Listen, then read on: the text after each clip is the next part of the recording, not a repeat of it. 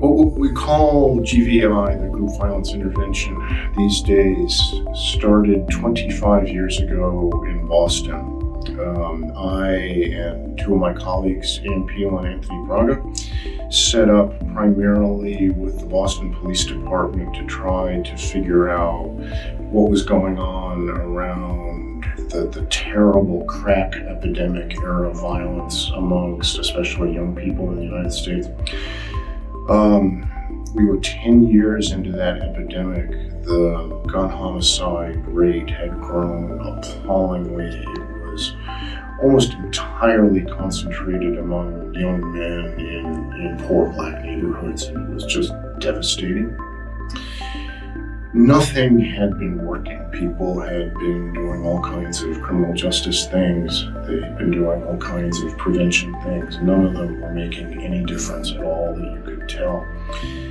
And we were coming out of a problem-oriented policing background, which essentially said, pick a problem, figure out what's going on, and try to figure out something to do about it. And the amazing thing was that within really just a couple of months of spending a lot of time with frontline police officers and youth outreach workers and those sorts of things, they knew what was going on, and they knew that all of this violence was concentrated amongst a very small number of what they called gangs in Boston, really loose neighborhood drug crews.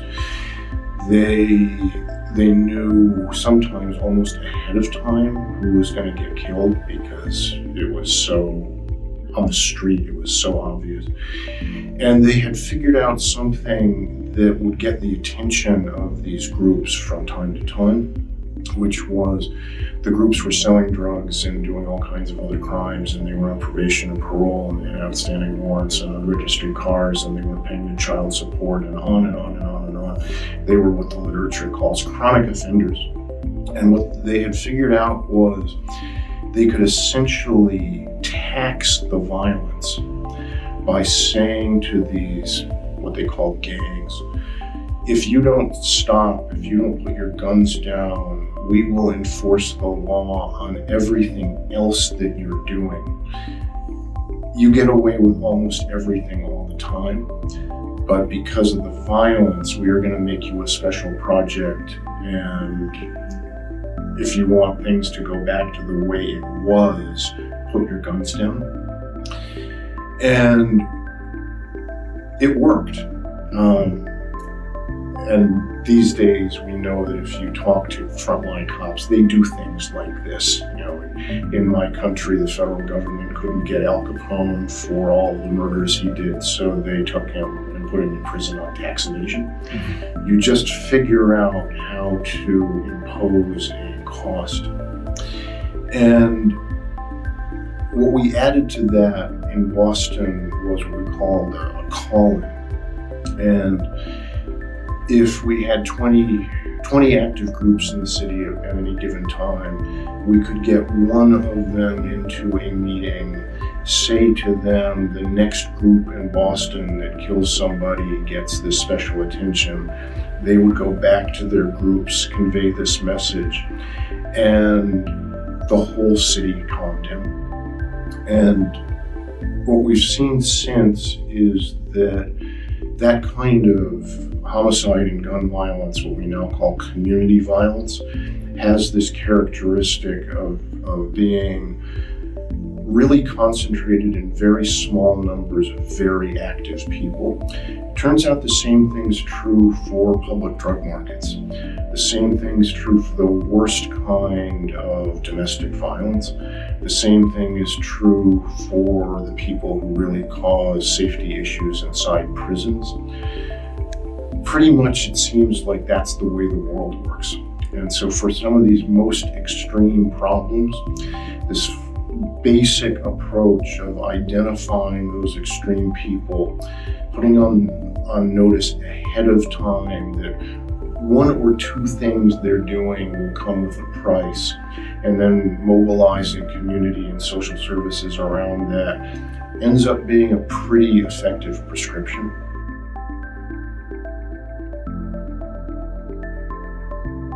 The first time we did this in Boston, within literally a couple of months of that first face-to-face meeting, that first call-in with gang and group members, you could tell that things in the city had gotten quiet.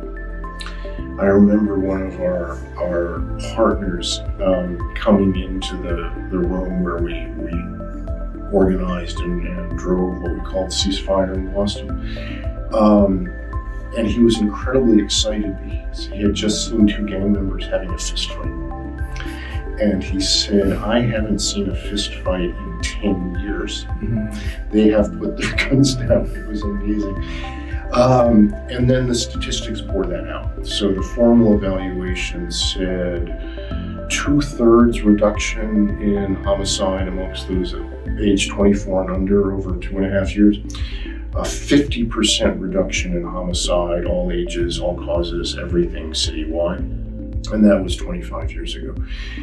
The now formal systematic reviews, the aggregate analyses of the analyses.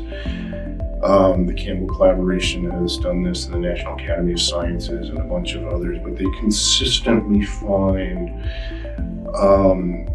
in the words of one of them, this is the most effective intervention available for homicide and gun violence.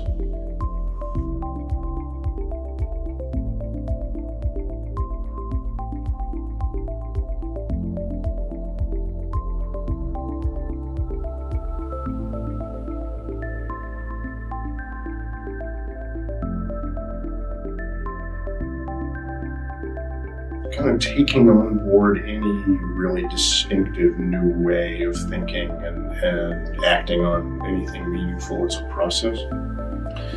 Most of this work up until pretty recently has been what we would call domestic in the United States. It's been within the United States.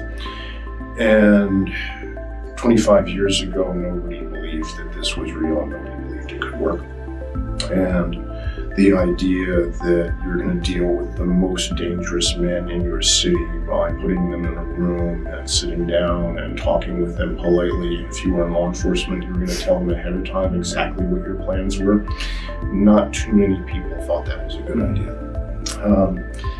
In the United States, that was 25 years ago, and this is routine now. People have seen it, they've tasted it, it works, they know it works.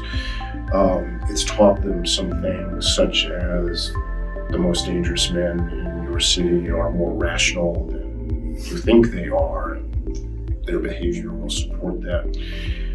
But over the course of those 25 years, I think the main objection was that may have worked over there, but we're different here. That can't work here. And over 25 years, that's turned out not to be true. Here is not that different from there. Mm-hmm. We're seeing the same thing now internationally, that once again, people are looking at something that happened in a country not their own, and the laws are different, and the society is different, and the culture is different, and the issues on the ground are different. And they're again saying that may work there, but it won't work here. And what we're seeing is if you take a moment and ask some very simple questions, and they are fundamentally, with this most important issue that you're thinking about, this critical public safety issue, is it driven by a small number of really extreme people? Are those people as much victims as they are offenders? Are they doing a lot of what they're doing because they are at enormous risk and in pretty justified fear for their lives? Are they afraid for their friends and loved ones and families? Are they in groups? Is what's going on less about them personally than it is about the gang or the group or the network that they're in? And are they getting a consistent response from the law and legal authorities? Are people giving them all the help and support that they deserve and need? And do they understand how much of their own certain communities value them but hate the violence and hate the crime that they're doing. And what you find over and over and over again is wherever here is, that's right, it is different than over there, but it's not different with respect to those things. Those things turn out to be pretty universal.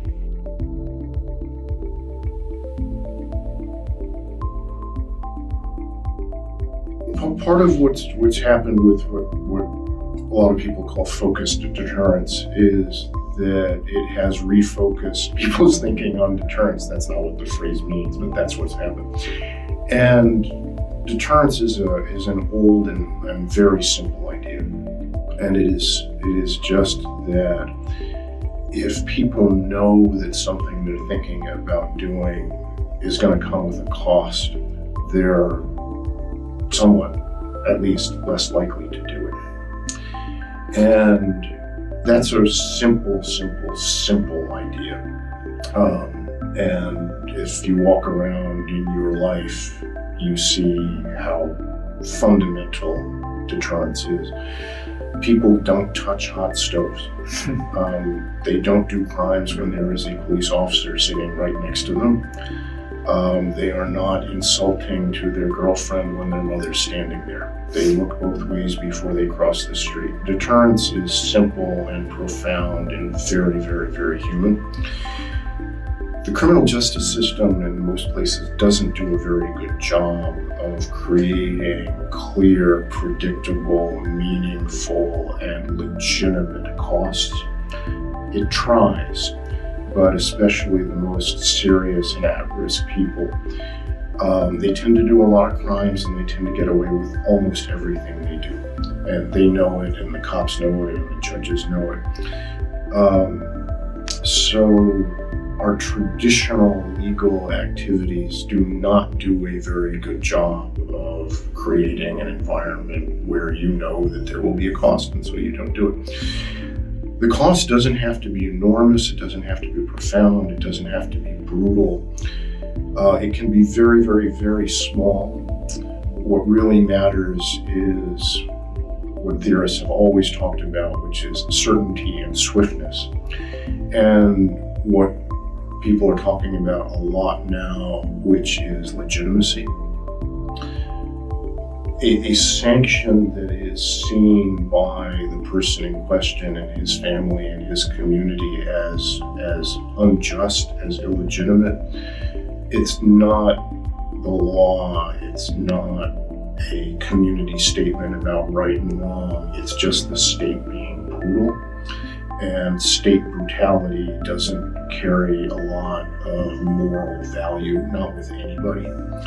So this has really been about reinventing deterrence, not in the way that we've thought about it, but in the way that it really operates in real life with real people and in real settings.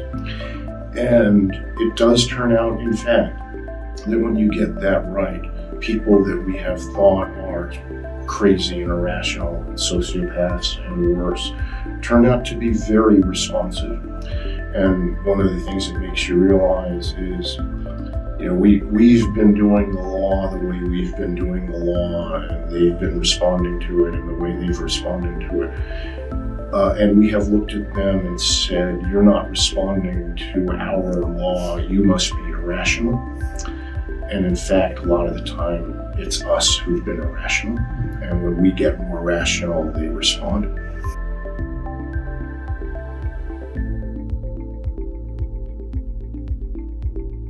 So I heard a story lately that I love because it so proves the point of what we're talking about. And it was from a prison administrator who said, we used to have a lot of problems with the male inmates sexually abusing the female guards. And thankfully, he was not talking about rape and that kind of sexual assault, but he was talking about gross bad behavior on the part of the inmates. They would display themselves. They do nasty things. Right. And he said we had all these plans, we had graduated sanctions, people could end up in solitary confinement, and none of it worked. He said, we don't have that problem these days. These days, when an inmate does something like that, in a week or two, I call him to my office and I punch the button on my speaker phone, and on the other end of the phone is his mother back in the community. And the three of us have a conversation about what he's been doing with respect to the FEMA guards, and it doesn't happen anymore. And what we think our mothers think of us matters a lot. I will ask rooms full of law enforcement folks if when they were growing up they were afraid of the police, and a few people will raise their hand. If I ask them when they were growing up whether they were afraid of their mother, everybody raises their hand. And your mother thinking badly of you is a cost. It's not a cost imposed by the criminal justice system, and probably because of that it means more. And so deterrence is really simple. It's about costs you care about and costs that you think are legitimate. It does not have to be extreme. It does not have to be the death penalty. It does not have to be life in prison. It can be very minor in the way that we usually think about things. But if you care about it and you know about it ahead of time, then people are pretty sensible.